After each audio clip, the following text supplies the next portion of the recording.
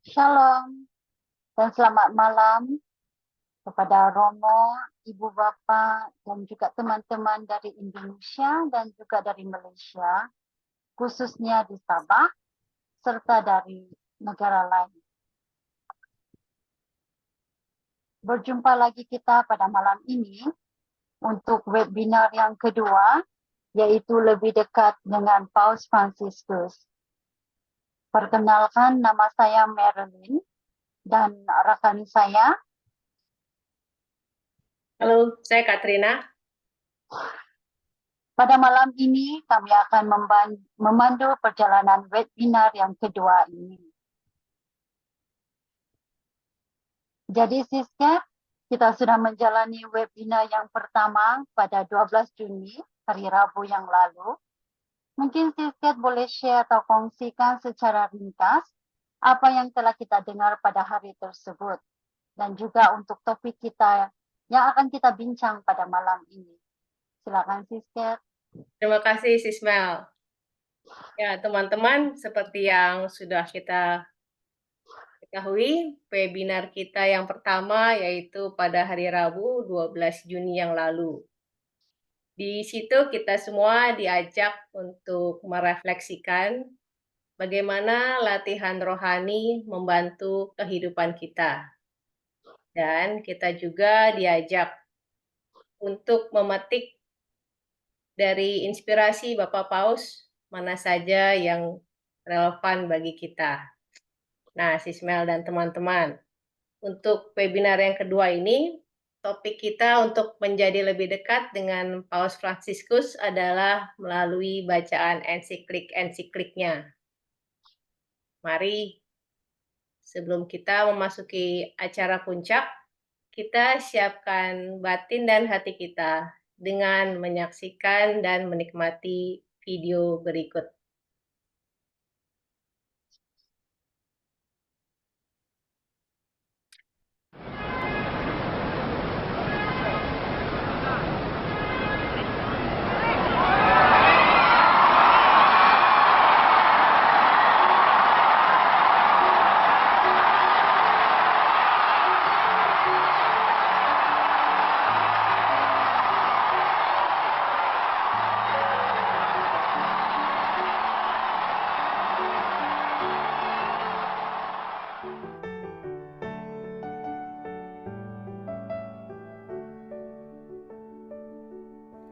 당신에게 내 기도를 주고 싶어요.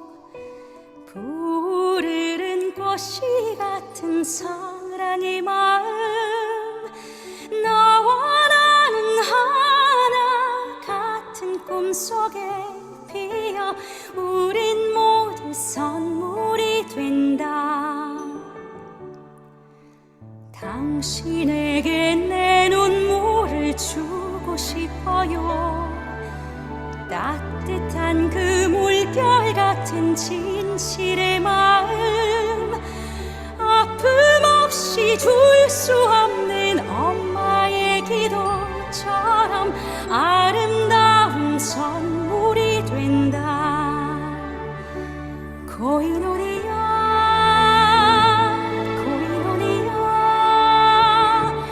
온 세상이 당신 숨결로 하나가 되어 하모니아, 하모니아, 온 마음이 당신 길 위에 빛이 되어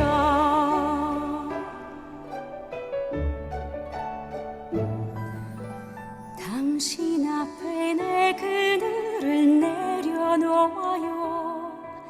잔잔한 그 빛으로 날 채워주지요. 더 깊은 곳의 세상, 더 큰 평화가 우리 모두에게 축복이 된다. 그대에게 내 눈물이 꽃이가 될까. 그대에게 내 기도가 선물이 될까. 나와 나는 하나 같은 꿈속에 우리 모두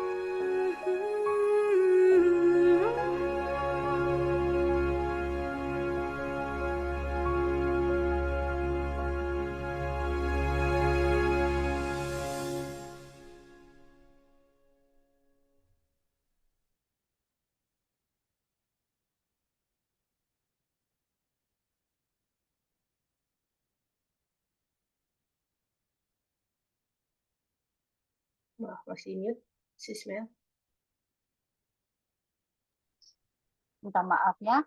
Baiklah Ibu Bapak dan teman-teman semua, sebelum kita memulai acara webinar kita pada malam ini, mari kita awali dengan doa pembukaan yang akan dibawa oleh Sis Ineke. Silakan Sis Ineke. Terima kasih, Sis Marilyn. Mari kita mulai dengan tanda kemenangan kita dalam nama Bapa dan Putra dan Roh Kudus. Amin. Tuhan, anugerahilah aku perhatian yang lemah lembut terhadap hal-hal kecil yang bisa menjadi bagaikan balsam bagi sesamaku.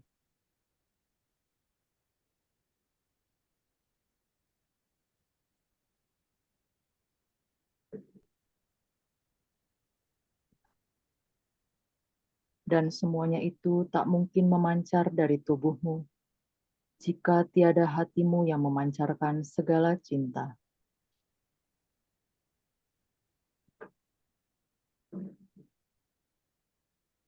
Oh hati yang teramat kudus, kuatkan kakiku yang malas, lunakan lututku yang keras, bersihkan mulutku dari omong kosong, tajamkan telingaku yang tuli akan panggilan Bapamu, hangatkan hatiku yang beku, dan jadikan hatiku seperti hatimu. Amin. Dalam nama Bapa dan Putra dan Roh Kudus. Amin. Terima kasih Sis Ineke. Sebelum kita mulai, sedikit peringatan yang akan disampaikan oleh Sis Kat semasa perjalanan webinar kita pada malam ini. Silakan Sis Kat. Terima kasih Sis Mel. Teman-teman semua, kami mengingatkan kembali untuk menonaktifkan mikrofon selama pemaparan materi berlangsung. Dan juga kami mengajak teman-teman untuk membuka kamera videonya, supaya kita bisa saling mengenal satu sama lain. Nanti di akhir sesi pemaparan materi akan ada sesi soal jawab atau tanya jawab. Teman-teman bisa menuliskan pertanyaannya di kolom chat Zoom atau bisa juga dengan raise hand dan bertanya langsung dengan narasumber kita yaitu Romo Dodo. Nah, begitu Sis Mel. Silakan Sis Mel. Terima kasih Sis Kat akan peringatannya. Jadi tanpa berpanjangan waktu, mari kita mulai webinar kita pada malam ini. Selamat malam Romo Dodo. Bertemu Selamat lagi kita selepas LRP sesi ke-6 yang lalu ya Romo. Harap Romo masih ingat saya. Masih, pasti. Terima kasih Romo. Jadi tanpa membuang kata, silakan Romo. Baik, terima kasih. Baik, selamat malam teman-teman semua. Kita ketemu lagi di sini setelah kemarin kita mengenal Paus yang menghidupi latihan rohani dan kira-kira bagaimana kita terinspirasi dari beliau dalam hal latihan rohani, melihat kira-kira bagaimana ya kalau latihan rohani ternyata bisa berefek begitu ke Paus, kira-kira ke saya bagaimana ya kalau nanti atau kalau sudah pernah saya jalani. Dan sekarang kita akan juga mengenal Paus lebih dekat, tapi kali ini sesuai topiknya yaitu lewat ensiklik-ensikliknya. Maka sini saya juga akan share screen. Ini bersama-sama.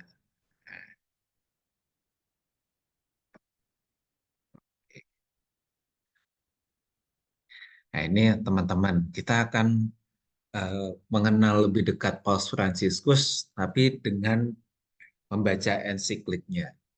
Dan kita tidak seperti kemarin juga kita tidak pernah langsung bertemu dengan Paus. Yang kita lihat adalah orang menulis tentang Paus seperti ini, orang membuat video seperti ini, seperti yang tadi sudah ditampilkan di bagian awal perjumpaan kita malam ini. Pausnya tampilnya seperti itu. gitu.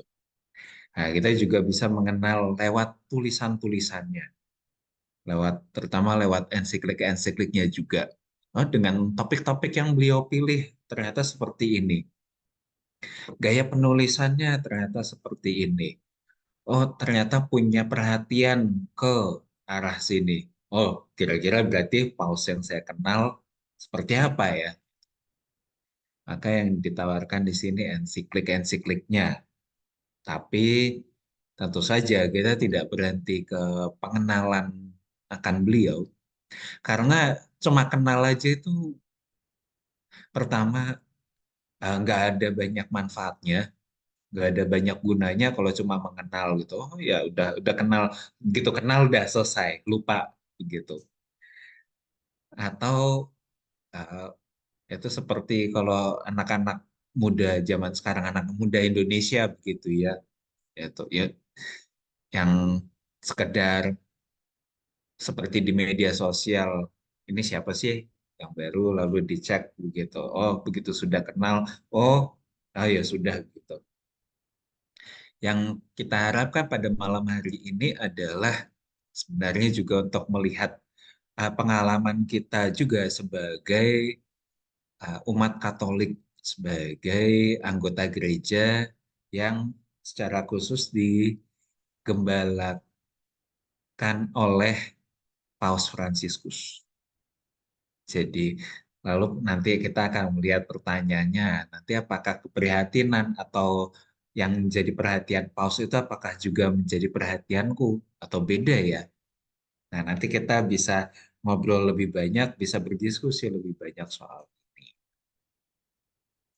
Selain juga tentu saja kalau misalnya cuma mau kenal, sekali lagi saya katakan, ini paus yang cukup populer ya. Jadi ada banyak tulisan tentang beliau, ada banyak video tentang beliau. Kalau mau cari search di YouTube, Google, wah bisa bikin tenggelam nanti itu. Ada banyak informasi tentang beliau. Jadi kita tidak sekedar berhenti di situ. Nah, ini adalah sebelum kita masuk lebih dalam ya. Dan soal ensiklik termasuk kenapa kok ensiklik yang dipilih? Kalau kita melihat tulisan uh, Paus Fransiskus atau katakanlah Paus secara umum gitu, ada banyak, banyak sekali. Yang kalau misalnya kita dalami semua malam ini nggak cukup, gitu. Nanti perlu ada lagi selanjutnya seperti itu. Nah ini ada beberapa dokumen gitu yang ditulis oleh seorang paus atau yang diterbitkan oleh seorang paus atau diterbitkan atas nama paus, seorang paus. Jadi misalnya yang menuliskan itu bisa orang lain, tapi nanti yang tanda tangan adalah Bapak Paus begitu. Karena ada beberapa dokumen seperti itu, seperti kalau di sini kita bisa melihat ada beberapa istilah. Mungkin saudara-saudara sudah ada yang familiar, oh ya ada istilah ini sudah tahu, mungkin ada yang belum juga. Nah, ini kesempatan bagi kita untuk melihat, eh, untuk memilah bahwa ternyata yang ditulis oleh Paus itu, oh ternyata bukan cuma ensiklik ya, oh ternyata ada banyak. Pertama itu bula, dengan istilah bula atau bull, seperti itu ya, banteng gitu. Bull, kalau dalam bahasa Inggrisnya itu bull. Itu yang merupakan surat atau piagam yang berisi keputusan atau penetapan atau peresmian itu. Dan itu ada segelnya, makanya segelnya itu yang disebut sebagai bulat gitu. Jadi ini surat resmi, ada segelnya itu. Itu kalau kita membayangkan surat-surat zaman dulu, kalau misalnya pernah menonton Harry Potter begitu ya, itu kan ada yang segel dari lilin lalu dicap itu ya. Nah itu yang disebut bulanya itu. Jadi piagam bersegel atau surat bersegel berisi keputusan atau penetapan resmi. Salah satunya yaitu yang saya tampilkan di gambarnya itu, yaitu bula yang berisi. Nah, ini bagian dari ini ya, bagian dari pengalaman kita sebagai eh, gereja Katolik begitu. Sejarah gereja kita itu seperti itu, bahwa pernah punya hubungan kurang baik dengan saudari-saudara kita dari Kristen Protestan karena mereka memisahkan diri dari Katolik, dari gereja. Itu nggak, dulu kan nggak ada Katolik, nggak ada Protestan, tapi memisahkan dari ibu gereja, kita menyebutnya begitu.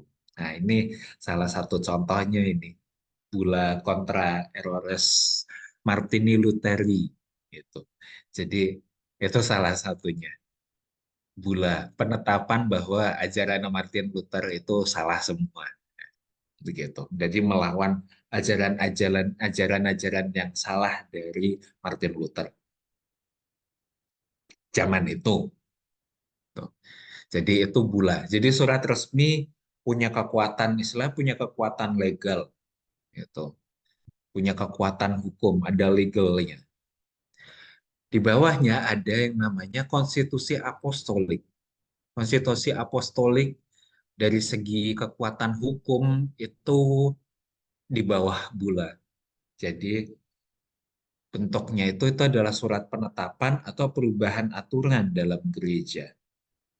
Jadi ketika ada perubahan misalnya dalam uh, akan banyak ditemukan itu ketika kita membaca dokumen Konsili Vatikan kedua. Nah, nanti akan ada itu juga antara lain konstitusi apostolik. Itu ada perubahan-perubahan. Nah, yang akan kita dalami malam ini adalah ensiklik, yaitu surat pastoral untuk para uskup, yang lalu dari para uskup lalu disebarkan ke seluruh umat, berisi ajaran atau pandangan tentang suatu tema tertentu. Jadi ini bukan hukum, jadi tidak sekuat bula gitu ya. Tapi ini adalah lebih ke ajaran, membayangkan seorang paus sebagai seorang guru mengirimkan surat berisi ajaran-ajaran kepada murid-muridnya. Kurang lebih seperti itu. Mungkin lebih mudah membayangkan seperti itu ya. Ini seorang cikgu gitu ya, seorang guru yang ingin menyampaikan suatu ajaran kepada murid-muridnya. Kalau gembala kan mungkin agak lain pandangan. Apalagi nanti kalau misalnya membayangkan, waduh kalau hukum itu kok sepertinya bagaimana begitu ya, sudah rasanya kok serem sekali gitu ya. Ini aturan, tapi ini tidak, sifatnya beda sekali dengan Tuhan. Itu. Lalu selain itu juga ada yang namanya ekshortasi apostolik, yaitu surat himbauan bagi umat beriman untuk melakukan eh, tindakan atau sikap tertentu. Bedanya dari ensiklik apa? Nah, ini kalau ensiklik sifatnya itu mengajar, walaupun tentu aja dalam ajaran tetap ada himbauannya ya. Tapi kalau ekshortasi apostolik ini nuansa himbauannya itu lebih kuat. Jadi dimohon supaya saudari-saudara umat beriman melakukan ini dan itu, menerima para pengungsi, hal-hal seperti itu. Mungkin jadinya lebih mirip ada pengumuman, tapi juga lebih dimohon supaya ada aksi tertentu. Itu. Jadi itu eksortasi apostolik lebih seperti itu. Apalagi kalau ensiklik itu lebih luas, itu bisa untuk siapapun. Nah, ini lebih ke anggota gereja, jadi lebih spesifik. Surat apostolik ada lagi. Surat apostolik itu adalah surat untuk komunitas atau kelompok atau audiens tertentu. Ada banyak juga surat apostolik yang ditulis oleh Paus, tapi ini lebih spesifik. Nanti kita akan melihat juga gitu sedikit Kadang-kadang juga digabung dengan yang namanya motu proprio. Motu proprio itu adalah surat penjelasan singkat, padat, jelas mengenai doktrin atau aturan tertentu. Dan itu berdasarkan inisiatif paus sendiri. Dan salah satunya saya ini tampilkan di sini sebagai contoh, yaitu mengenai judulnya itu Antiquum Ministerium, mengenai peran seorang katekis. Gitu. Ini dikatakan di sini keterangannya kan apostolic letter issued motu proprio. Jadi kadang-kadang ada surat apostolik yang diterbitkan sebagai motu proprio. Jadi semacam ada irisannya. Ini kan jelas ya, surat apostolik. Kenapa kok masuknya surat apostolik? Karena audiensnya jelas, katekis. Gitu. Jadi ini soal surat paus untuk para katekis. Dan kenapa lalu motu proprio? Karena selain itu tadi, ini berarti sih suratnya nggak akan panjang-panjang. Ini akan singkat, jelas. Lalu berarti di dalamnya juga memuat ada doktrin tertentu.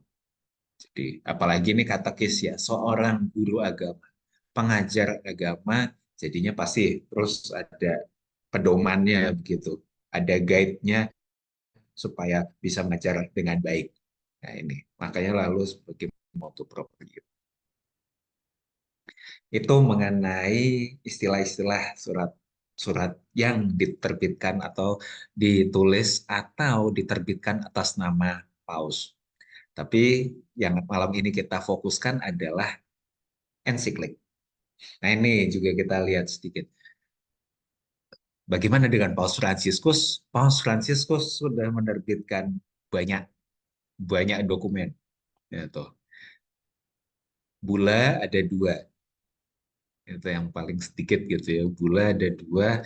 Dan yang terbaru itu adalah yang tahun ini, itu penetapan tahun jubileum biasa 2025. Artinya tahun depan akan menjadi tahun jubileum. Kalau jubileum itu kan 75 tahun sekali gitu. Nah, ini juga ada penetapannya dari Paus. Lalu 20 konstitusi apostolik. Wah, banyak juga. Dan yang terbaru tahun 2023 kemarin itu mengenai pedoman Vikariat Roma. Karena kita mungkin sudah ada yang tahu juga atau ada yang belum. Nah, ini Paus Fransiskus ini sejak awal terpilih sebagai paus, beliaunya ini itu berusaha memosisikan diri terutama sebagai uskup Roma terlebih dahulu. Kalau dulu-dulu, apalagi kalau sejarah lebih dulu lagi, paus itu kan seolah-olah memosisikan diri, seolah-olah gitu, seakan-akan itu memosisikan diri seperti seorang raja atas seluruh umat Katolik, gitu ya, memimpin, memberi hukum dan sebagainya. Seolah-olah posisinya itu kelihatan seperti itu. Tapi lalu yang kurang terlihat, apalagi oleh kita semua yang katakanlah awam dalam hal ini, yang kurang terlihat adalah bahwa beliau itu juga secara khusus berperan sebagai uskup Roma. Ini yang tidak boleh dilupakan. Selain menggembalakan seluruh umat Katolik dunia, beliau ini juga adalah uskup Roma. Maka ya ini ada pedoman Vikariat Roma gitu. Lalu ensiklik yang akan kita lihat pada malam hari ini itu yang terbaru adalah Fratelli Tutti tahun 2020. Nanti masih akan kita dalami lagi, atau setidaknya mungkin katakanlah bukan terlalu ya kita dalami lewat obrolan kita, lewat diskusi kita juga ya, tapi juga uh, kita akan fokus kita adalah lebih ke mengenal pausnya. Lalu eksortasi apostolik ada 7. Lalu tahun 2000 yang terbaru adalah 2023 itu keyakinan pada kasih Allah yang Maha Rahim. Stella Confiance itu. Loh kok kamu biasanya pakai bahasa Latin ya? Kok ini pakai bahasa Prancis. Ada lagi Fratelli Tutti itu pakai bahasa Italia ya. Seperti Laudato Si itu juga dalam bahasa Italia sebenarnya judulnya. Kok bisa? Ah, Secara tradisi dokumen gereja itu memang menggunakan bahasa Latin ya. Tapi eh, pembaruan-pembaruan yang dilakukan oleh Paus Fransiskus bisa dibilang itu sedikit mengubah tradisi ini. Bahwa pada dasarnya tidak ada hukum yang mengatakan atau hukum gereja mengatakan bahwa dokumen gereja itu semuanya harus pakai bahasa Latin. Tidak ada. Secara tradisi, ya, karena bahasa Latin itu pada masanya menjadi bahasanya gereja. Tapi eh, pada prinsipnya bahasa apapun bisa gitu. Kalau pausnya dari Indonesia atau dari Malaysia gitu, nanti mungkin pakai bahasa Melayu judulnya bisa jadi. Apalagi kalau misalnya kita ngomong Laudato Si, misalnya, itu kan mengutip doanya atau nyanyiannya Fransiskus Assisi dulu ya. Laudato Si, mi Signore gitu. Terpujilah Engkau Tuhan. Itu kan dalam bahasa Itali aslinya. Jadi beliaunya nggak akan mengubah itu jadi bahasa Latin dulu, tapi tetap mencantumkan versi bahasa Italinya. Maka judulnya jadi Laudato Si gitu. Lalu, nah ini tadi sudah saya katakan surat apostolik motu proprio ini bisa jadi beririsan. Ada surat apostolik yang diterbitkan sebagai motu proprio. Yang terbaru adalah Fide Insensus. Ini bahasa Latin lagi kan. Ya. Surat apostolik yang diterbitkan sebagai motu proprio. Penetapan gelar beato bagi Guy de Montpellier. Itu. Jadi fokusnya itu jelas sebenarnya. Ini kenapa kok masuk surat apostolik? Karena audiensnya itu adalah uh, orang-orang atau kelompok atau komunitas yang sebenarnya disemangati dengan semangat kerohaniannya ini Beato Guy de Montpellier ini. Tapi lalu sebagai motu proprio juga, berarti di situ ada yang dimasukkan dalam dokumen itu juga ada sedikit aturan, pedoman, semacam itu. Jadi itu. Ini sedikit gambaran saja mengenai Paus itu kalau menulis dokumen apa aja sih sebenarnya gitu. Apalagi Paus Fransiskus yang ingin kita kenali malam ini. Apakah cuma begitu-begitu saja? Atau mungkin pernah ada yang bertanya, kerjaannya Paus itu sebenarnya apa sih itu? Apakah beliaunya ini cuma diam saja di tempatnya, di rumahnya itu? Atau sebaliknya, apakah kerjaannya cuma kunjungan saja, menyapa, seremonial, misa, dan sebagainya?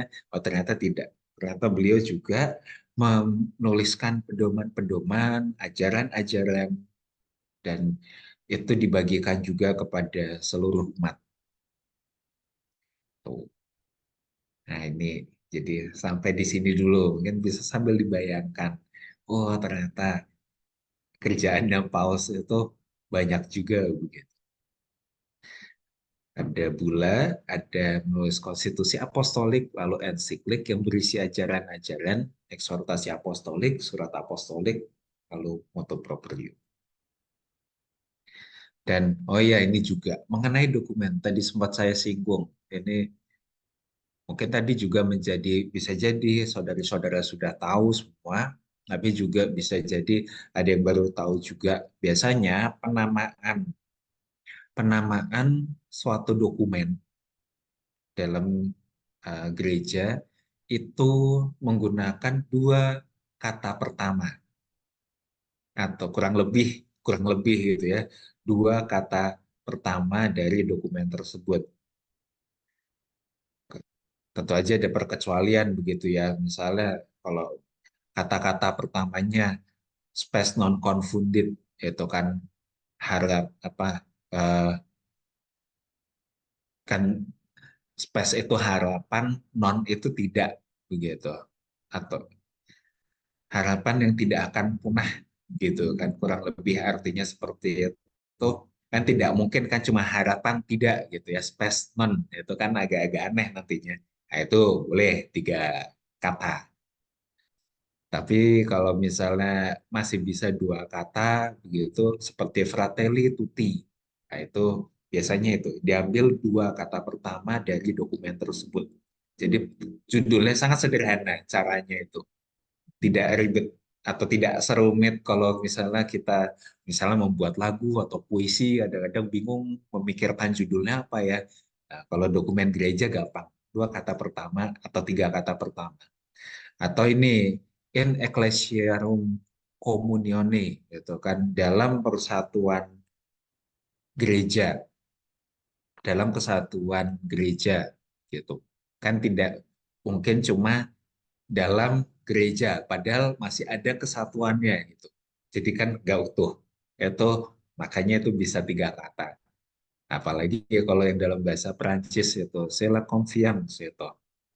Nggak mungkin cuma Sheila gitu. Karena masih ada lagi lanjutan gitu. Ini sedikit wawasan saja bagi kita, pengetahuan bagi kita, terutama bagi mungkin yang baru pertama kali mendengar. Nanti silakan komentar ya, saya baru tahu itu ternyata itu, atau saya sudah tahu soal itu, lalu nanti mungkin ada yang mau didalami lagi. Nah, tapi ini kita kembali lagi, fokus kita adalah ensiklik Paus Fransiskus. Tadi ada 3 ensiklik yang sudah kita sudah ditulis oleh Paus Fransiskus. Ada Lumen Fidei, Laudato Si yang terkenalnya itu, dan Fratelli Tutti yang terbaru. Dan tanggal-tanggalnya itu ya, 2013 itu awal-awal ketika beliau menjabat sebagai paus, lalu 2015 dan 2020.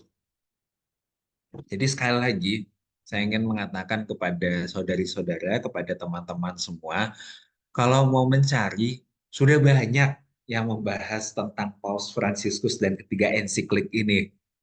Cari di YouTube, cari di Google, ada banyak. Itu. Jadi kalau mencari sudah banyak. Maka lalu untuk apa kita pada malam hari ini berkumpul? Kira-kira apa ya yang membedakan nanti dengan yang kalau misalnya kita googling atau itu yang mencari di YouTube. Nah, yang akan membedakannya adalah karena kita ingin mengenal Paus Fransiskus secara lebih, kita juga ingin membaca dokumen ini, membaca tanda kutip ya, karena memang keterbatasan waktu pasti membuat kita tidak mungkin membaca, benar-benar membaca ya. Nanti soal membaca nanti silakan teman-teman melakukannya gitu ya. Kalau ingin mendalami atau mungkin malah sudah membaca per nomor seperti itu. Tapi pada malam hari ini kita akan melihat sepintas bagaimana dokumen-dokumen ini memberi pencerahan bagi kita, membantu kita mengenal Paus Fransiskus lebih dalam. Maka pertanyaannya, apakah topik yang diperhatikan Paus Fransiskus relevan bagiku? Tidak cukup untuk mengenal ya. Tapi kalau kita menganggap beliau sebagai sosok yang memang layak untuk dikenal, layak untuk dikagumi, layak untuk menjadi idola, bahkan layak untuk membuat saya bangga dipimpin oleh beliau sebagai umat Katolik. Wah, maka pertanyaannya, ah, apakah lalu concern beliau ini, concern Paus Fransiskus ini, itu juga menjadi perhatianku atau tidak ya?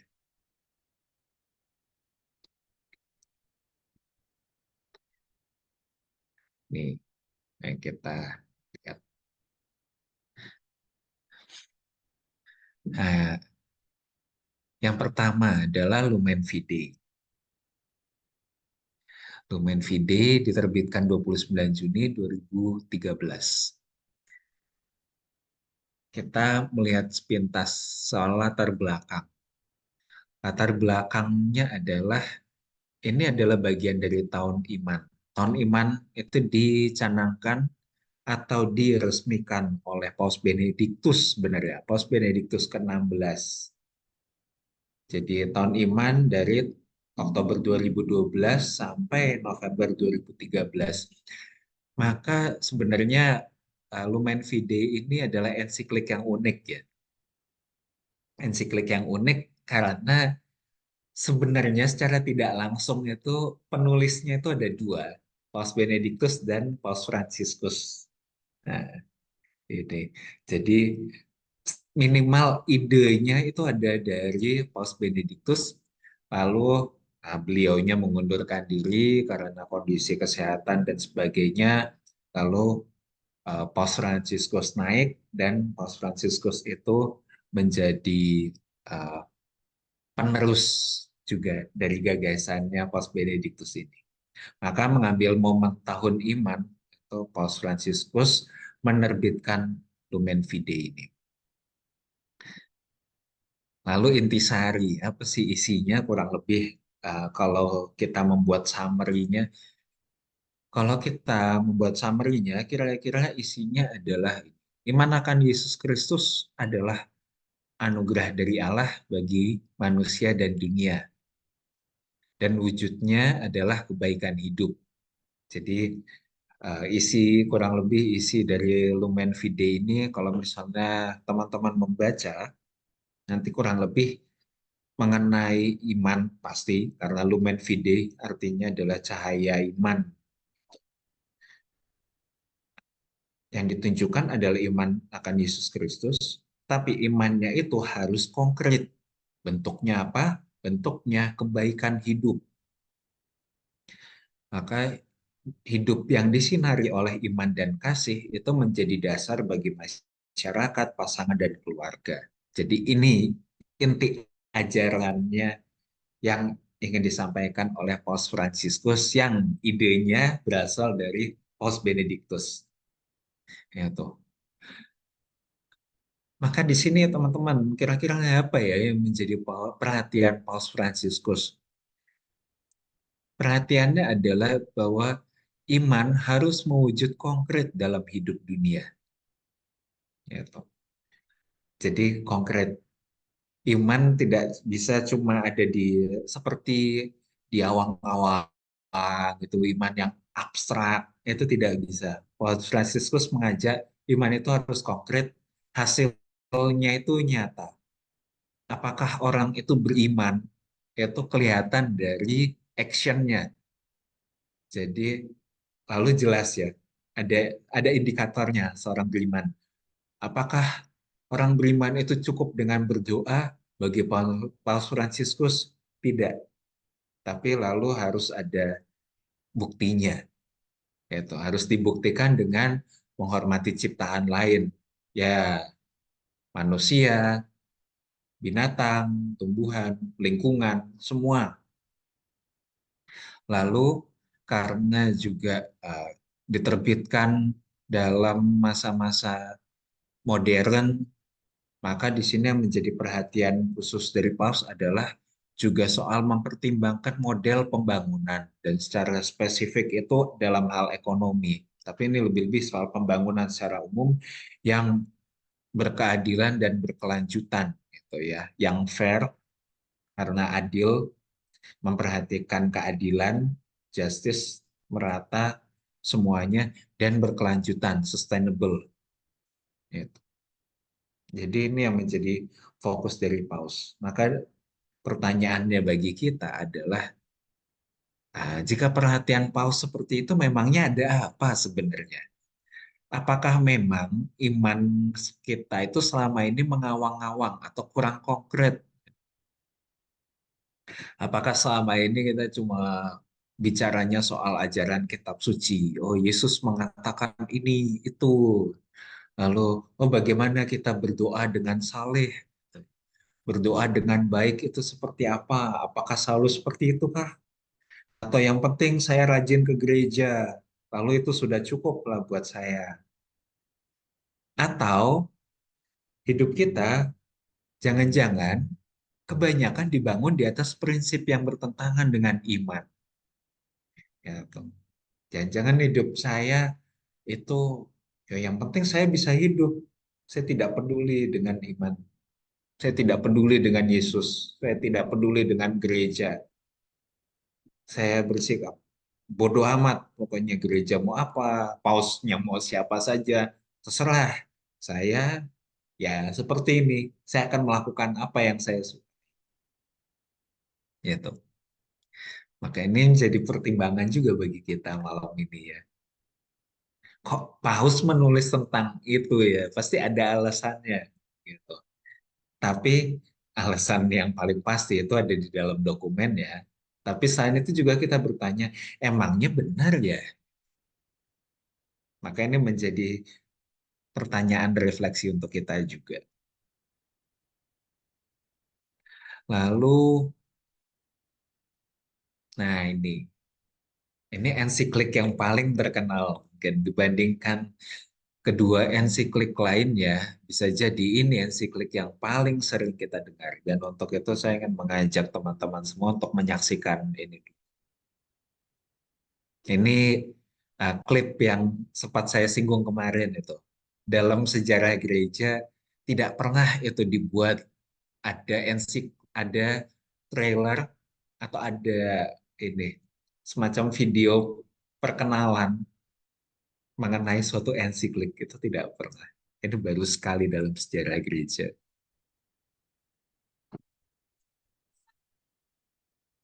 Oh ya, sebentar saya akan share sound. Dan ini catatan juga, mungkin juga teman-teman sudah ada yang pernah menonton klip ini, mungkin ada yang belum. Di sini Paus Fransiskusnya bukan Paus Fransiskus ya. Artinya ini ada orang yang berperan atau yang memainkan peran sebagai Paus Fransiskus.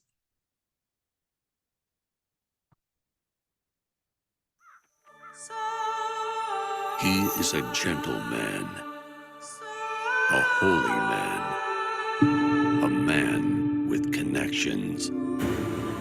But what will he do when God's lovingly created planet comes under attack? If we destroy creation, creation will destroy us. It's time to take out the trash. A pontiff fighting for God's creation. Come on, Your Holiness. Tireless, fearless, This Pope must be stopped. Coal, oil, gas, these are God-given gifts, and they are ours for the taking. unstoppable, Forgive me, Father. Nature never forgives.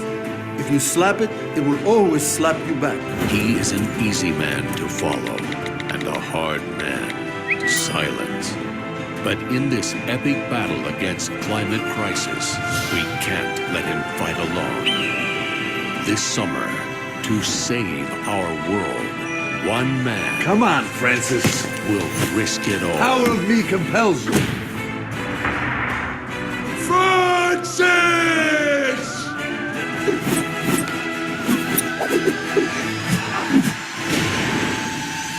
Pope Francis in the encyclical. To change everything, we need everyone. Coming to Earth this June.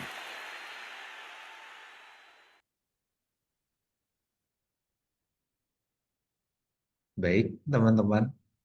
Itu videonya ya. Kira-kira apakah ada komentar dulu? Silakan kalau ingin berkomentar, ingin menyampaikan, ingin ini ya, unmute gitu ya, buka mic-nya, open cam juga mungkin juga silakan ya. Atau bisa lewat kolom chatnya itu. Ini Laudato Si, pausnya digambarkan sebagai eh, digambarkannya agak aneh itu, atau bukan agak aneh, agak lain dari biasanya. Silakan kalau misalnya ada yang ingin berkomentar dulu mengenai videonya ini. Nah ini dari Pak Pak Latif Arji itu. Keren video klipnya seperti film bioskop, saat menarik. Lalu kreatif banget, of the box itu dari Kak Katrina.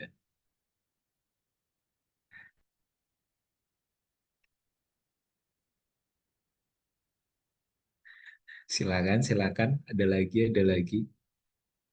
Sekali lagi, ini pertama kalinya suatu ensiklik dibuatkan semacam trailernya gitu ya, seperti itu betul tadi, seperti film di bioskop itu. Dan yang membuatkan tentu saja bukan dari Vatikan ya. Ini eh, katakanlah bisa dibilang yang membuatkan itu adalah para simpatisan yang mendukung gereja atau yang eh, katakanlah begitu gembira dengan perhatian gereja saat ini. Nanti kenapa? Nanti kita masih akan melanjutkan. Tapi silakan komen dulu. Oke, ini luar biasa, kreatif, keren. Nah, ini dari Kak Shirley ini juga ya. To change everything we need everyone. Itu betul sekali.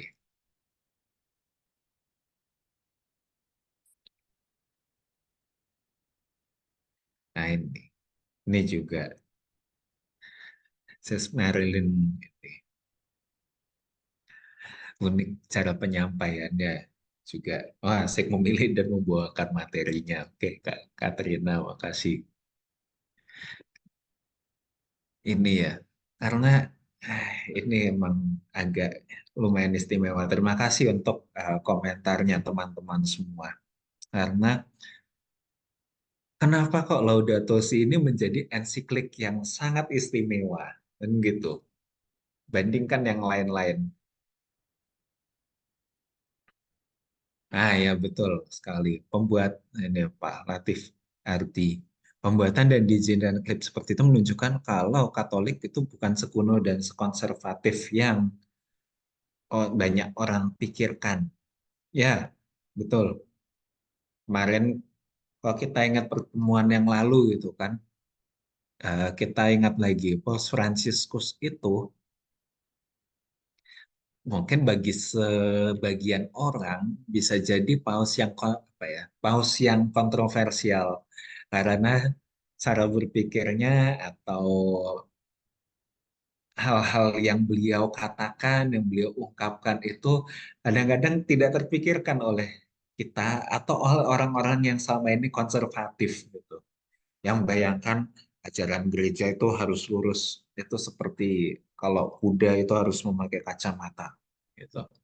Tapi bagi Paus Fransiskus sekali lagi latihan rohani itu menjadikan ia mempunyai horizon yang luas sehingga bisa melihat berbagai hal dengan cara baru, perspektif baru yang nanti ujungnya adalah itu.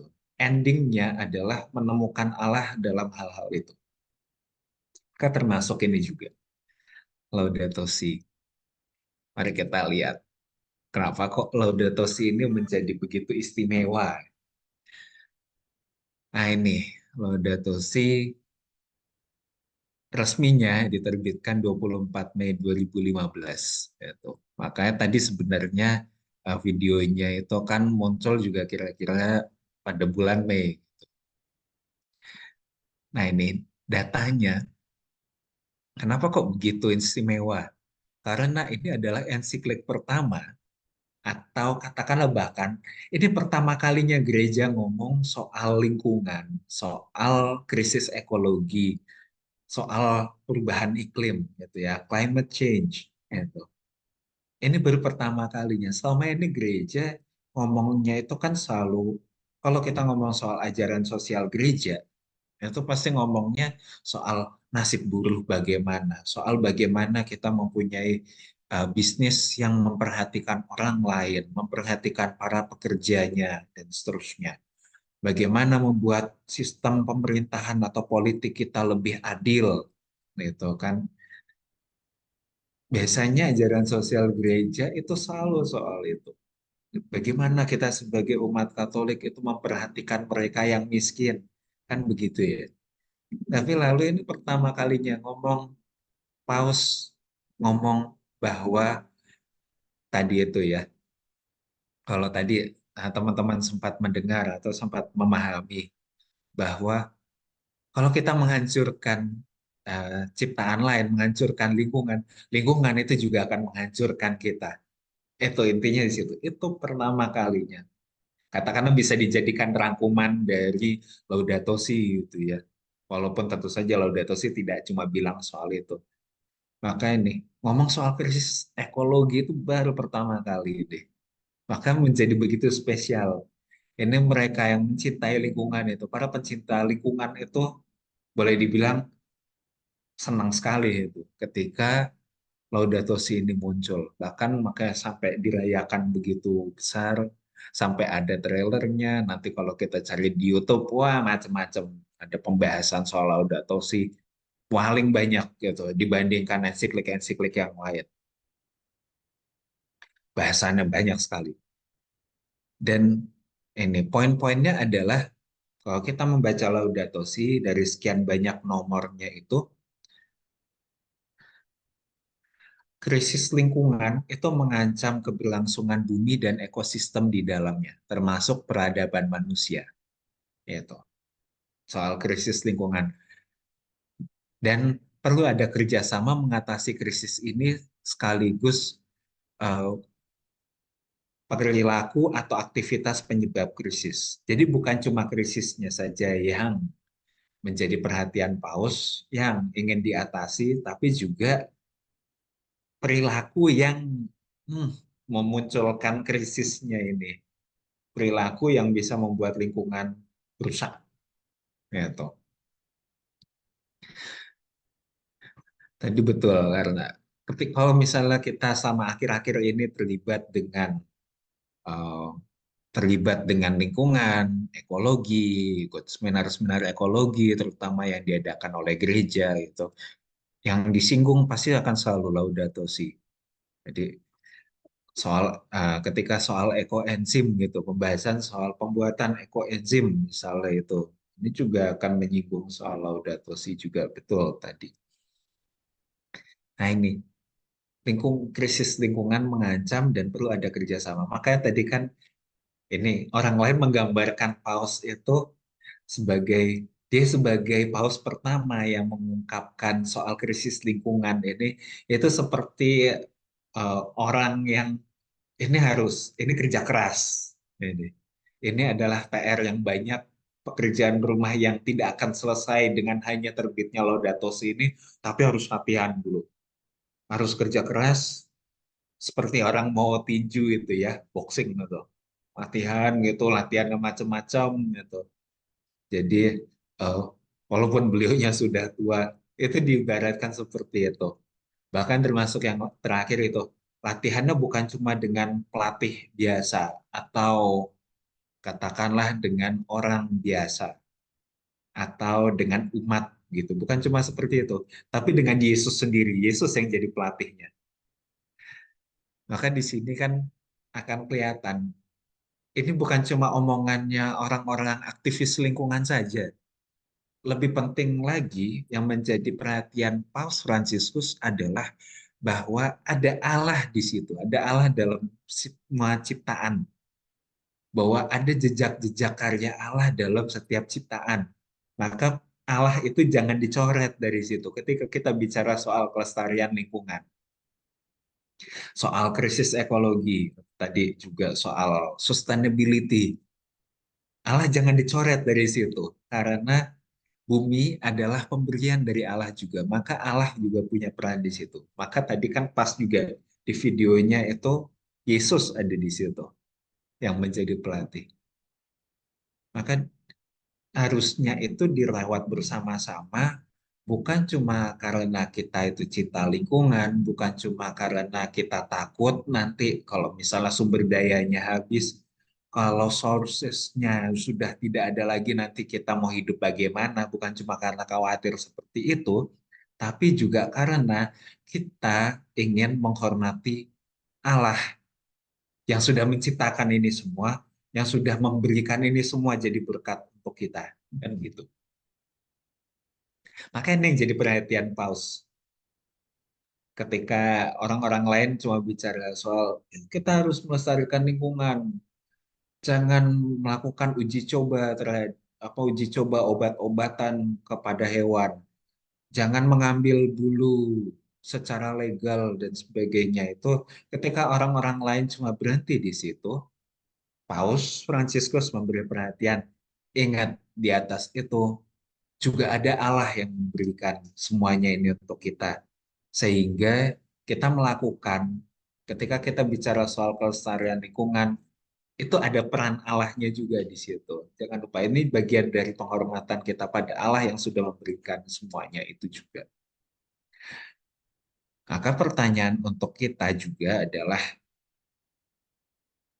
nah ini, kalau kita ingin, sekali lagi pertanyaannya ini kan adalah bagian dari kita yang ingin ambil bagian, ingin berpartisipasi dalam concern dari Paus, kan begitu.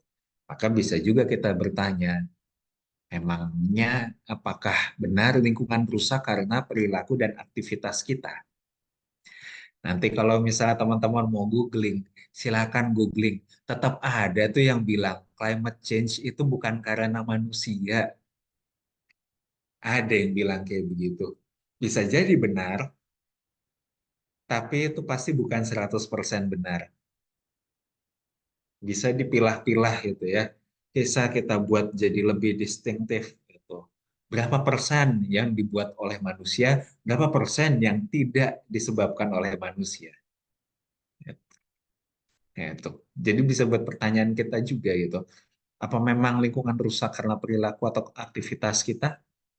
Mungkin kita bagian dari orang-orang yang mengatakan kayaknya bukan deh, kerusakan lingkungan itu bukan gara-gara kita kok. Ya kita ya begini-begini saja aktivitasnya. Melakukan apa yang kita lakukan, ini bisnis kita ya seperti ini. Nah, lalu juga yang jadi pertanyaan untuk kita, jika memang rusak, lalu apa yang dapat dilakukan untuk memperbaikinya? Ini kan bisa jadi bagian dari refleksi kita juga. Apakah tadi mau itu ikutan seperti dari Bu Silviana tadi ya, yaitu apa ikutan membuat ekoenzim juga atau melakukan hal lain. Tapi sekali lagi, kalau kita ingin terlibat, kita ingat lagi, kita sebagai umat beriman, kita sebagai orang Katolik, diingatkan lagi oleh Paus Fransiskus, ini bukan cuma soal kita cinta lingkungan gitu ya, atau bukan karena cuma kita takut nanti kita akan kekurangan makan, nanti kalau tambangnya sudah habis, kalau oilnya itu sudah tidak ada lagi, lalu bagaimana kita hidup, itu bukan cuma soal itu. Tapi ini bagian dari penghormatan kita pada Allah yang sudah memberikan semuanya itu untuk kita. Jadi kita pun juga melibatkan Allah sekaligus juga terlibat berpartisipasi dalam karya Allah menjaga ciptaannya. Nah ini kan dikenalkan juga ini ya, Laudato Si ini adalah dikenal juga sebagai care of our common home gitu. Jadi bagaimana kita memperhatikan rumah kita bersama. Nah, itu soal Laudato Si. Nah, ini soal Fratelli Tutti yang terakhir kali diterbitkan oleh Paus. Nah, ini soal latar belakang. Mungkin kalau misalnya kita menutup ini ya, kalau misalnya kita menutup soal latar belakang ini. Oke, kalau pintas kita mendengarkan Fratelli Tutti, persaudaraan untuk semua, gitu. Kurang lebih bisa diartikan seperti itu. Atau semuanya adalah saudara, atau persaudaraan kita semua. Bisa kurang lebih diartikan seperti itu. Mungkin kita lalu membayangkan justru adalah kalau kita ingat pertemuan yang lalu, kita bisa membayangkan mungkin pertemuan Paus Fransiskus dengan Imam Besar Kairo itu ya, di Dubai. Kan ada fotonya itu yang Paus bersalaman atau berpelukan itu dengan Imam Kairo. Atau mungkin yang kita bayangkan adalah ketika Paus menyatakan bahwa memberkati orang-orang LGBT itu tidak salah loh. Mereka juga berhak loh mendapat berkat karena semua makhluk ciptaan Tuhan itu juga layak untuk mendapat berkat loh. Mungkin kita bayangkan seperti itu.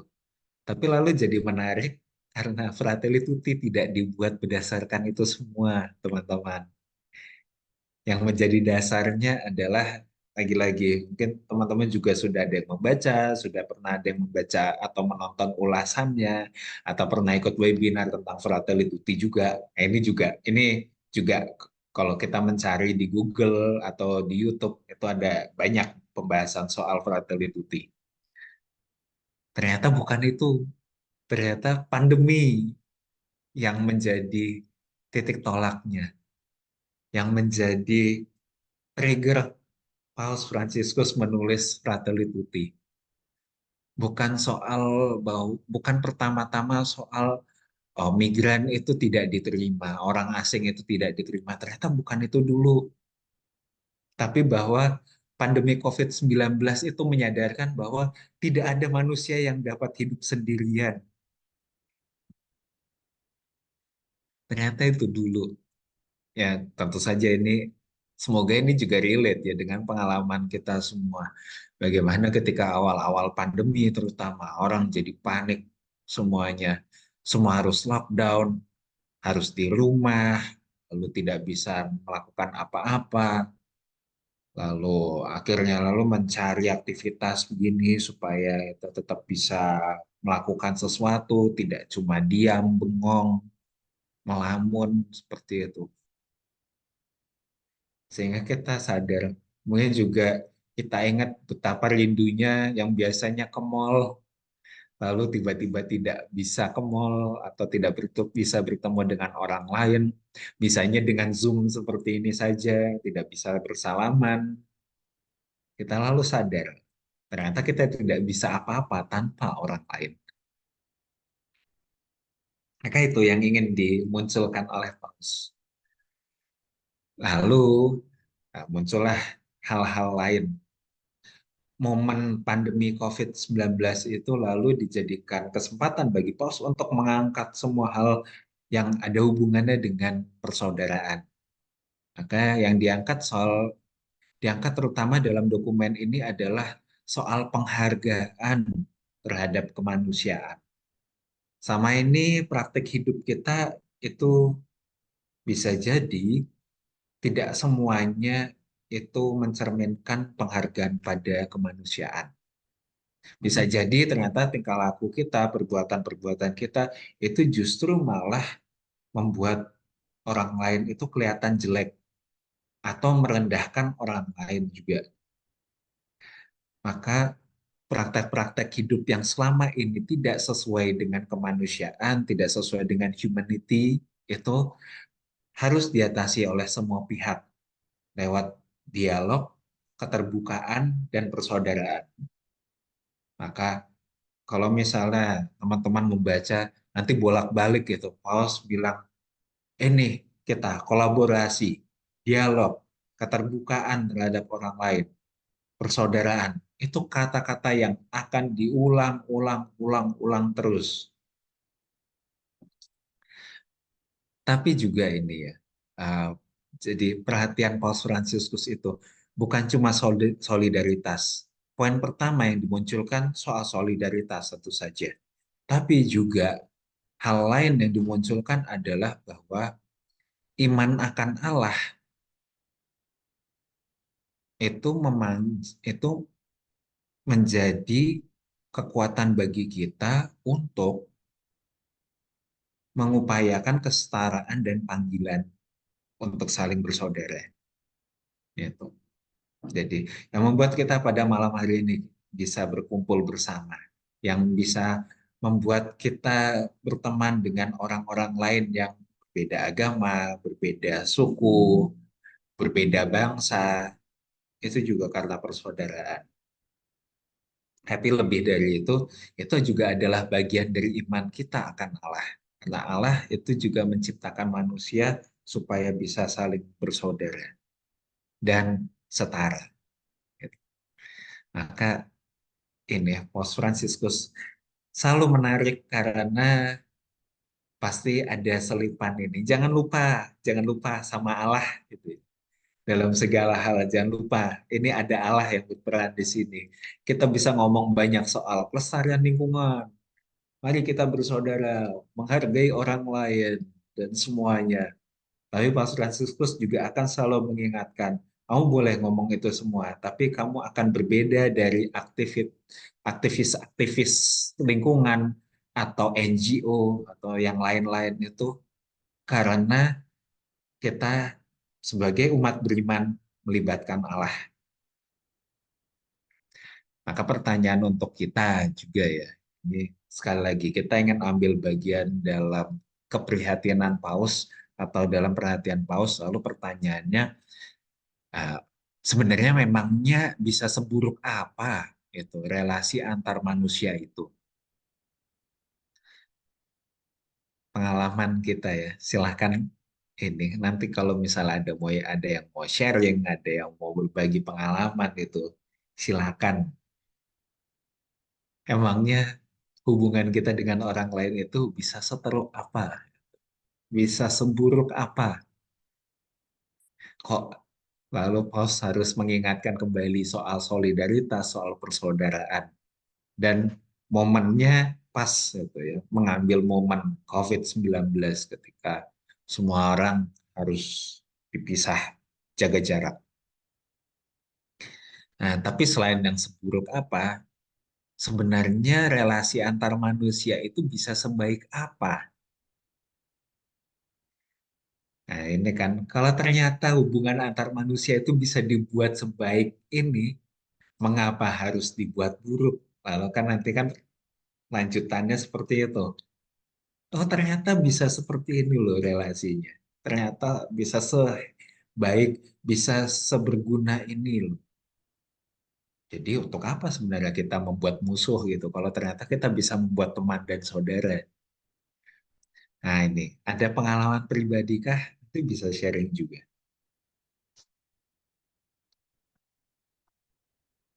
Nah, maka ini yang jadi kesimpulannya. Mengenal Paus Fransiskus dari ensiklik-ensikliknya.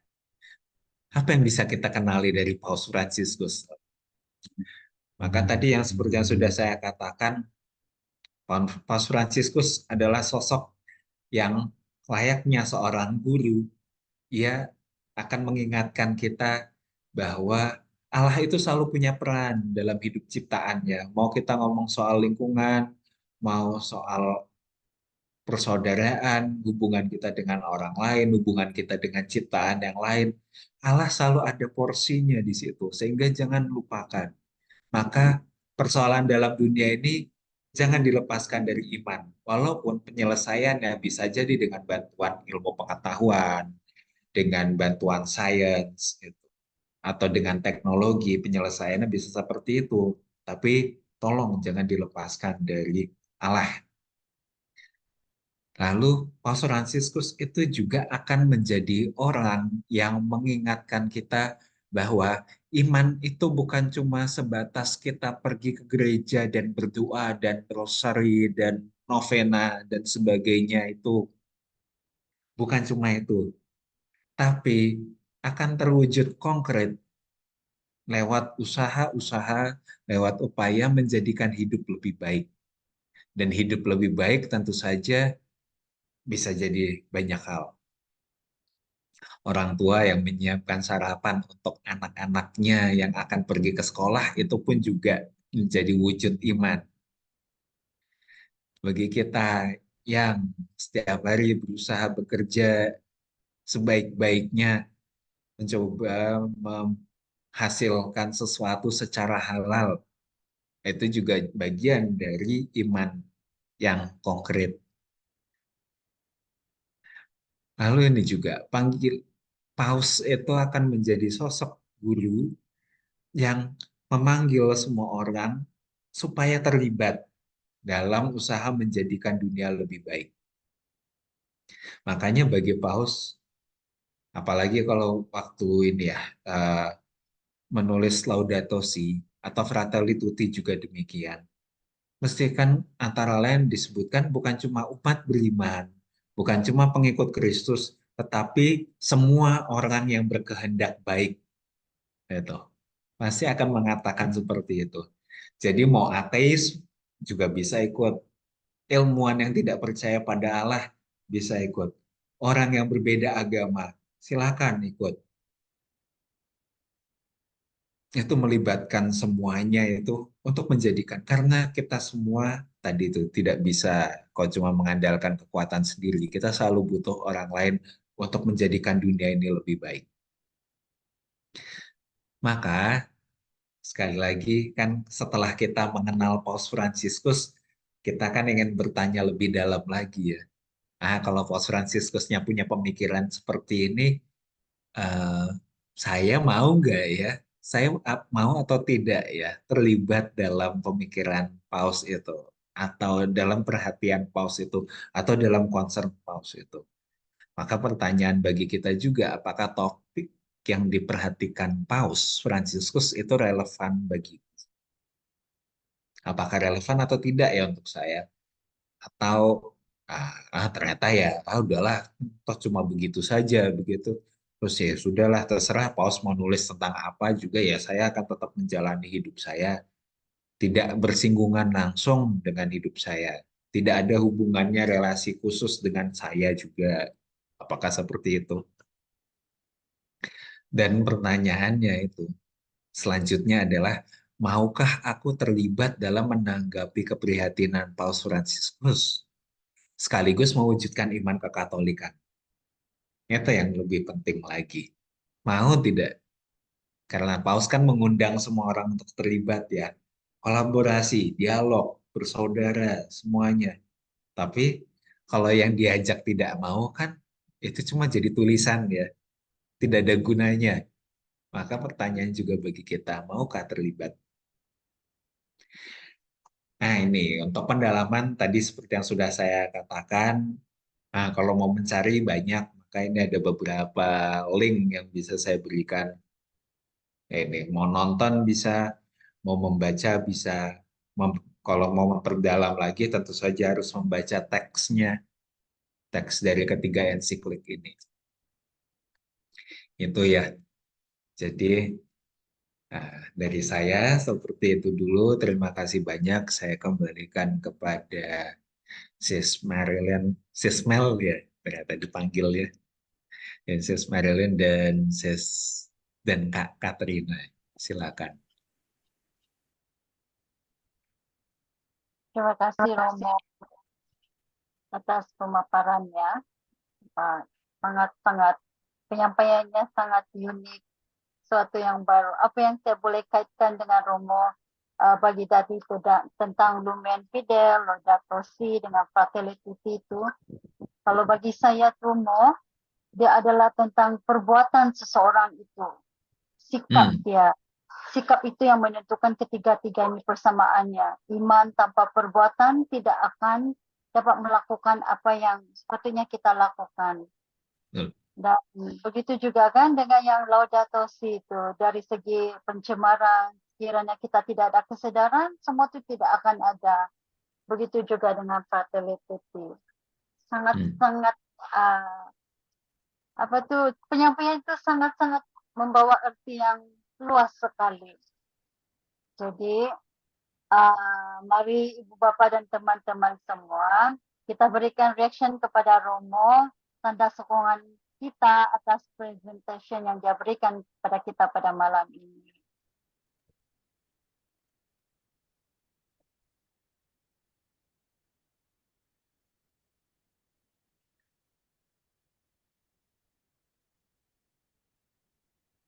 Okay.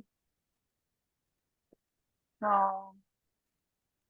baik Bapak, Ibu, dan teman-teman semua, kita akan diberikan waktu 3 menit untuk melakukan pengungkapan atas apa yang telah dipaparkan oleh Romo tadi.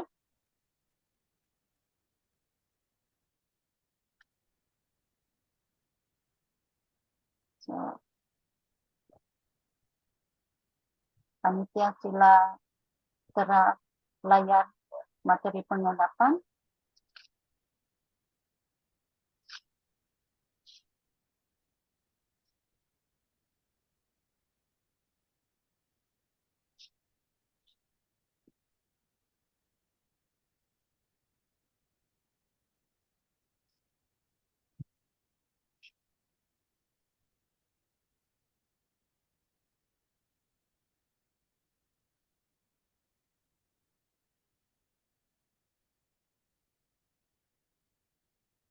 So ini adalah seorang refleksi yang terpapar dalam layar ini. So kita ambil beberapa waktu untuk refleksi.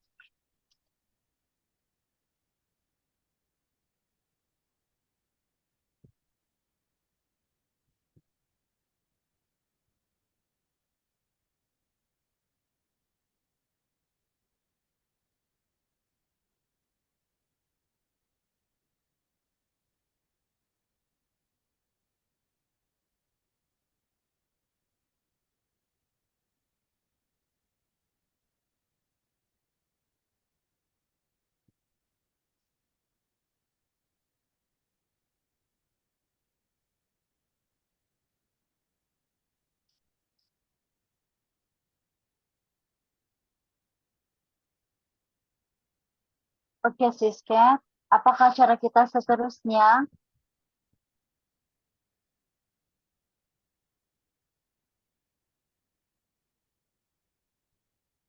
Masih mute lagi, Siska. Iya nih, sampai lupa untuk di-unmute. Terima kasih Sismel, terima kasih Romo Dodo dan teman-teman semuanya. Setelah kita pengendapan selama 3 menit, kita masuk ke acara yang ditunggu-tunggu nih Sismel. Kita masuk ke sesi soal jawab atau sesi tanya jawab. Silakan teman-teman yang mau bertanya bisa menuliskan pertanyaan di kolom chat atau bisa raise hand. Kita sudah punya 1, Kak Asteria. Silahkan kalau mau bertanya. Baik, terima kasih Miss Ibu. Selamat malam, Romo. Selamat malam, Malam. Katarina dan Meli. Sebetulnya saya deg-degan sih lawan Romo Dudun. Pertanyaannya agak-agak sulit ya. Kalau jujur aku deg-degan makanya. Oke, lanjut mengenai videonya, kenapa ya, kalau boleh dibuka videonya biar kita bisa berantakan. apa. Berantakan tuh kan. Tidak apa-apa. Baik, Romo Dodo mengenai paus, saya kira semua paus mempunyai langkah-langkah yang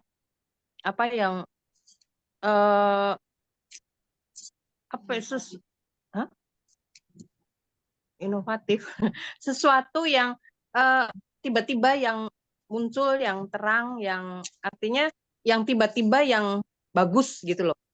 Gimana sih? Nah ini yang kejujuran saya ngomongnya susah sama mengungkapkan itu. Setiap paus pasti ada langkah yang mengejutkan, yang mengutamakan, seperti misalkan Paus Yohanes kedua itu kan menetapkan untuk kerahiman ilahi, kemudian seluruhnya begitu. Saya kira nanti Paus Fransiskus ini pasti ada, tetapi baru samar-samar nanti mungkin suatu waktu pasti akan ada itu. Untuk lingkungan yang berantakan yang itu memang semuanya karena manusianya ya. Jadi memang kalau ada doa-doa tadi saya kurang paham juga apa Triduum Dei terus Fratelli gitu tuh pasti kita butuh karena memang mengingatkan kita butuh juga untuk diingatkan hal-hal semacam itu dengan cara Zoom ini juga Zoom webinar segala macam. Kemudian untuk manusianya sendiri kan juga butuh sekali. Kalau memang iman itu tidak dalam perbuatan, nah sekarang pertanyaan saya tuh ingin mendalami Yohanes 15 ayat 7 kalau nggak salah ya, 7 sampai 17 atau di atasnya ya 7, saya lupa itu, tetapi kok nyantolnya siti-siti itu loh Romo Dodo, masih kurang begitu. Romo Dodo mohon dijelaskan ya, walaupun dengan Lexio Divina, tapi kan waktunya saya tuh kan juga susah ya, untuk mempelajari Yohanes 15 ayat 7 sampai 17 itu. Begitu Romo, terima kasih, selamat malam. Selamat malam, Mbak Asteria. Ya. Pertama soal, berarti ini ya, ada dua hal berarti ya ini kurang lebih. Yang pertama soal katakanlah inovasi-inovasi yang dilakukan Paus itu kan berbeda satu sama lain gitu ya.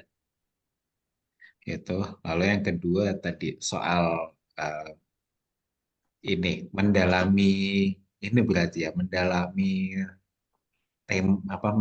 bacaan begitu ya. Berarti mendalami bacaan dari kitab suci. Yang pertama itu betul bahwa tiap paus itu punya betul hal baru yang dibawa sendiri. Paus Yohanes 23 dan Paulus ke-6 misalnya itu kalau Paus Yohanes 23 itu mencanangkan atau menginisiasi adanya Konsili Vatikan kedua, Paulus ke-6 yang melaksanakan, yang membuat goalnya sampai jadi ada dokumennya. Misalkan seperti itu.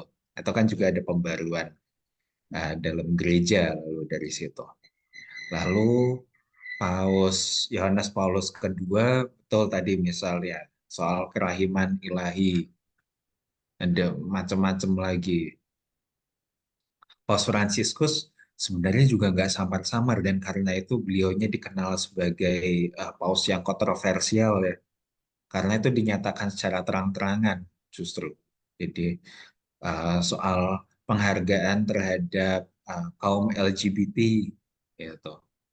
Bahwa kita bukannya ingin mengesahkan perkawinan sesama jenis, tapi fakta bahwa mereka itu manusia juga, itu menjadikan mereka boleh mendapat berkat dan gitu. Ya sekedar berkat seperti berkat kalau di Indonesia kan begitu ya, di gereja setelah komuni ada berkat anak-anak. Orang datang ke romonya minta didoakan atau kepada siapa yang dianggap sebagai sesepuh gitu, sebagai orang tua, lalu minta didoakan. Itu kan hak siapapun ya. Yang dalam pertemuan terakhir kan saya sempat nyinggung juga ya kan, jangankan manusia itu, binatang aja bisa diberkati, rumah bisa diberkati, mobil bisa diberkati gitu. Apakah ada manusia atau ada golongan manusia tertentu yang lebih rendah daripada binatang kah gitu kan? Enggak. Jadi itu semangatnya Paus kan seperti itu. Semangatnya Paus Fransiskus. Sesuatu yang rasa-rasanya oleh paus-paus terdahulu juga kelihatannya juga nggak akan dengan berani diungkapkan, walaupun ajarannya benar. Itu. Nah ini, setiap paus itu selalu punya kekasannya betul. Tapi semangatnya lalu juga jelas bahwa ingin menjadi pertama, pasti ingin memperbarui gereja. Selalu tadi sudah disebutkan bahwa gereja itu bukanlah gereja yang tua, yang sejak 2000 tahun yang lalu gitu aja. Bukan seperti itu, tapi gereja yang bisa mengikuti zaman, memperbarui diri, lalu terus update gitu.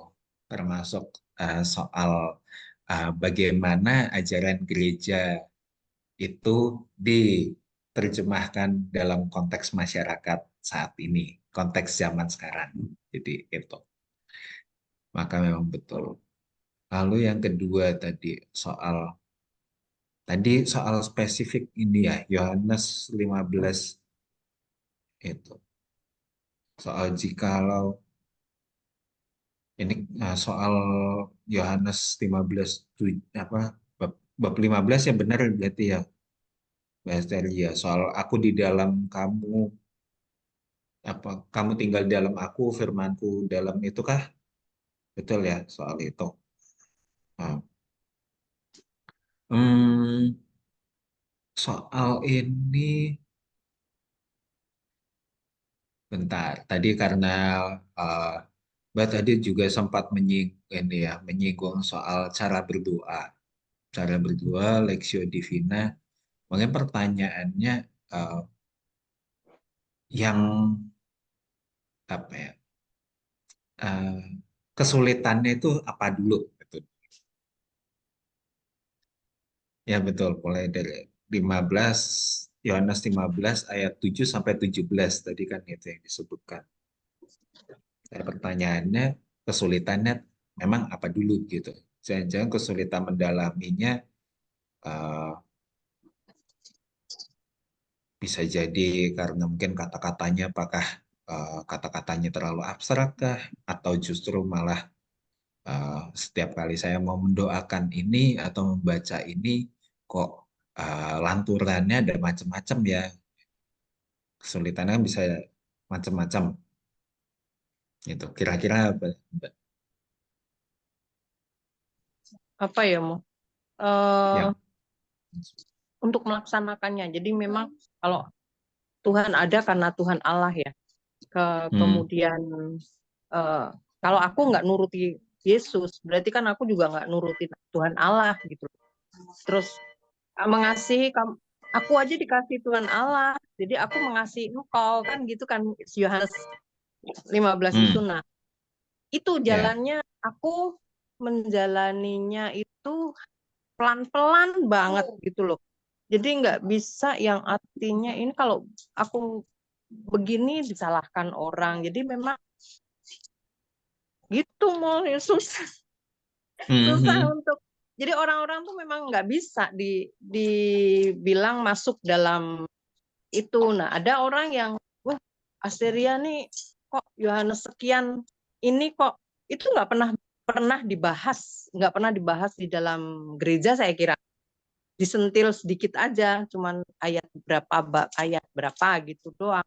Tapi untuk menyeluruh ini itu susah.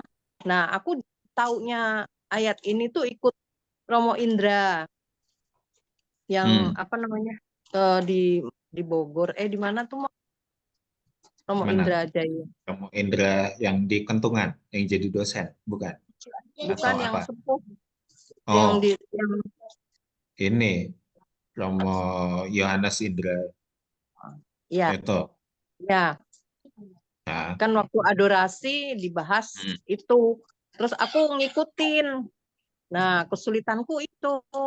Kenapa? Nah, padahal di situ justru benar-benar ada di Paus Fransiskus yang menjalankan tadi yang Romo uraikan LGBT itu, bahwa di situ ada ayat itu kan gitu. Nah, ini susah untuk saya sebagai seorang wanita gitu loh. Gitu Mong, pokoknya gitu. Oke. Oh, berarti ini kan soal mempraktekkan ini ya. Jadi nggak kesulitan, bukan sulit doanya atau sulit memahami si bacaannya, tapi ini ya, kalau mau mempraktekkan gitu. Ini yang harus kita pahami gitu. Dan karena itu makanya kok kata-katanya Paus Fransiskus itu terus ini ya relevan ya. Soal kerjasama menghargai orang lain gitu. Itu jadi penting karena kita tahu ya bahwa tidak semua orang itu paham dengan apa yang kita usahakan, apa yang kita cita-citakan gitu. Atau kita dengan orang-orang yang visinya itu beda dengan kita. Itu pasti kita tidak bisa menghindari itu. Tadi itu kalau saya tuh ini Romo, maaf, saya tuh juga ikut Mother Teresa, kelompok doa Mother Teresa. Jadi saya gabung-gabungkan gitu loh. Di mana? Tetapi di situ juga nggak ada yang seperti itu, katanya Mother Teresa. Terus ada Romo yang malah menentang tentang ajaran kerahiman ilahi. Katanya di Mother Teresa ini harus punya hati, ajaran Paus juga kan. Nah itu jadi saya gabungkan dengan ya itu memang pada prinsipnya manusianya ya yang manusia pribadinya yang jadi itu aja sih untuk mempraktekkan. Betul. Jadi gini, kalau saya sih, eh,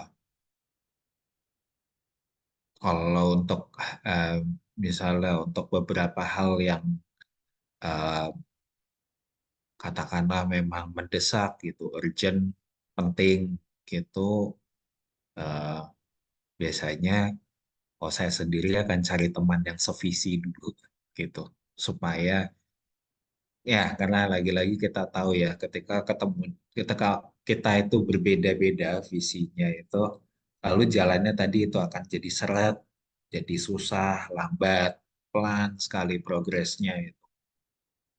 Makanya kalau ingin sedikit lebih cepat begitu, lalu paling juga dengan melibatkan teman-teman yang punya visi yang sama, lalu baru nanti ngajak teman-teman yang lain lagi gitu supaya bisa memiliki visi yang sama gitu. Dan itu saya rasa itu juga jadi bagian dari apa yang dikatakan Paus gitu.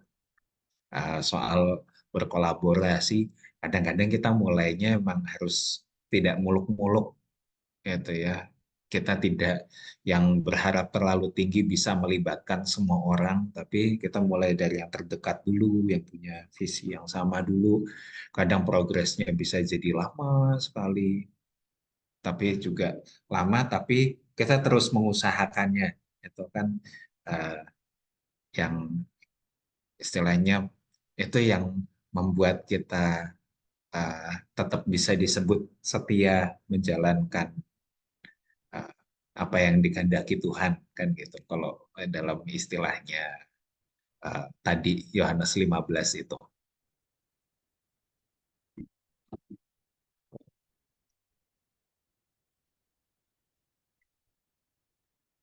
Bagaimana, Sis Asteria? Apakah sudah jelas?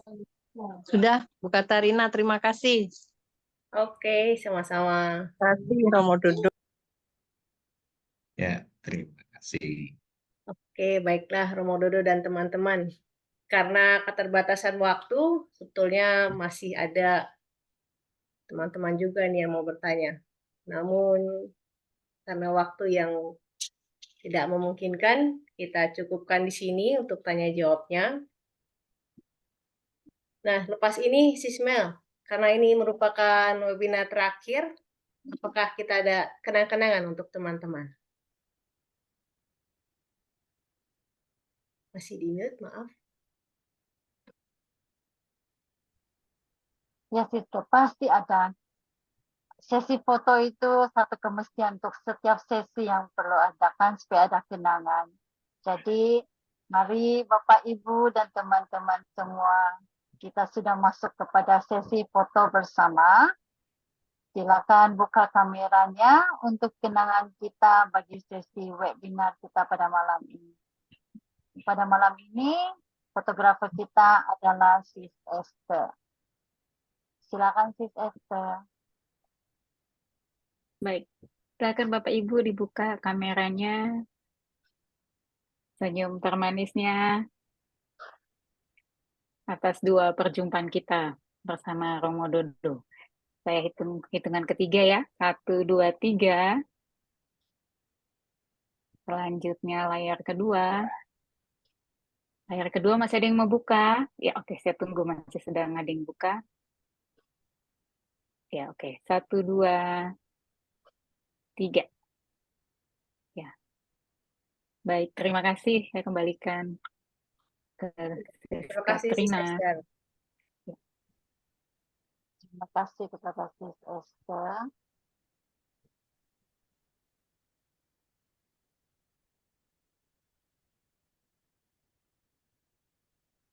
Jadi,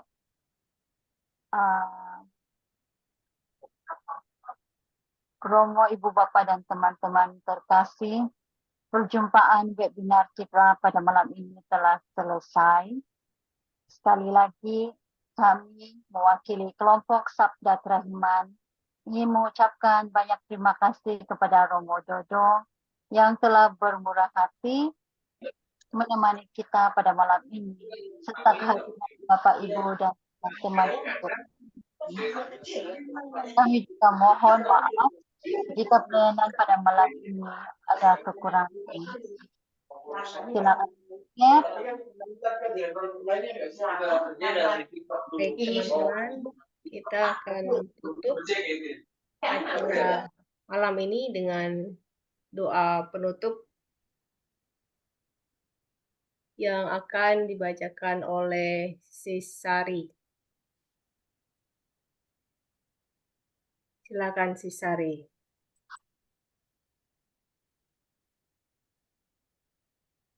Baik, terima kasih. Mari, Romo, Bapak, Ibu, kita mengambil suasana hening sejenak untuk mengucapkan doa penutup atas penyertaan Tuhan terhadap webinar kita malam hari ini. Dalam nama Bapa dan Putra dan Roh Kudus. Tuhan, anugerahilah aku perhatian yang lemah lembut terhadap hal-hal kecil yang bisa menjadi bagaikan balsam bagi sesamaku. Biarkanlah aku peduli terhadap tetanggaku, sampai ke hal-hal sepele yang menjadi kebutuhannya.